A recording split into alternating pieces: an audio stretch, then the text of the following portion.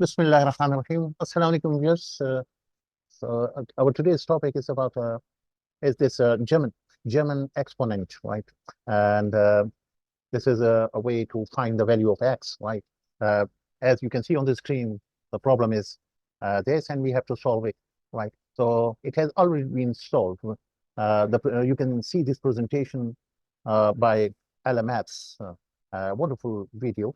I can show you in the YouTube, yeah, and you can go through all this, in which the value of x is calculated, right?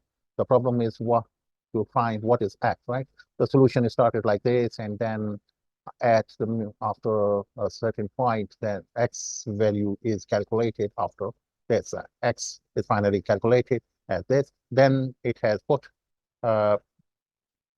we use this value 19/2 and put into the and verified it that the both sides of the of the equation were equated, right? So this was the presentation. So I thought, so why not let's try the same thing in Excel. How do we do this in Excel, right? So Excel is very smart in doing this. You don't have to worry much.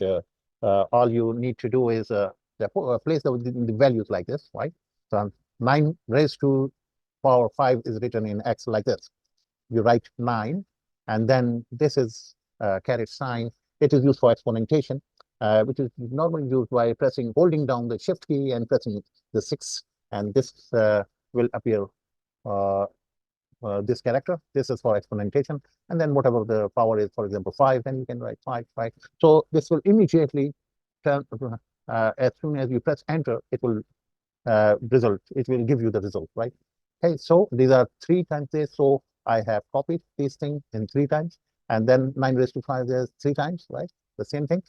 Okay, and then we have to multiply all these things. Okay, so this value is coming. J, K, and L. J, K, and L, 8 are multiplied, and this gives you this figure, right? And then you have to add these 3 things. Okay, we have added it. J9, K9, and L9 are added. Fair enough. Now you have to do the division, right? So let's divide this thing. That's M8 divided by M9. This gets you this, right? This is the value for this the left side of the right. Left side of this is equated like this. Now the right side is 9 raised to power x. So let's put a 9, and this is x Q07. You can see this. This is at the moment is blank, so that is 0. So that's why it is turning at 1, right? So we have to find out that what is the value of x. We have already calculated this. Now we want this x value to be found, so that these 2 values become equal, right? So it will start like this. 1, if we put 1, it will become 9. If we do 2, right? Now keep on adding it, right? So Excel is very smart in doing this. So what we do, we go to the data, and we go to the what if analysis, right? In here we have the goal seek, right? And the goal seek, we have to set something, right? Set the value of what? We have to set the value of this cell. So it will immediately take your cell address 08, right? Is being set to what value? We are going to set the value it to 116.226.1467. I hope this is, I don't make any mistake. 116.226.1467. Right. Okay. So this way we are saying to set this value of 08 to this by changing the value of 07, right? 07. So this way we are seeking the value. So what is the value of x will come here. Okay. And the result of 9 raised to power x will equal to what we have already calculated here. Let's click OK. So it will quickly, yes, it has come up with the result 9.5, which is exactly the value which is shown as a result, right? So 9.5 is the so 9.5 or 19/2. In this presentation, the answer was x value is equal to 19/2. So if you say 19, sorry, okay, if you say just with 19, it is 19 oblique 2, 19 divided by 2, right? So that is 9.5. Okay. So in this presentation, uh, you can go and see this.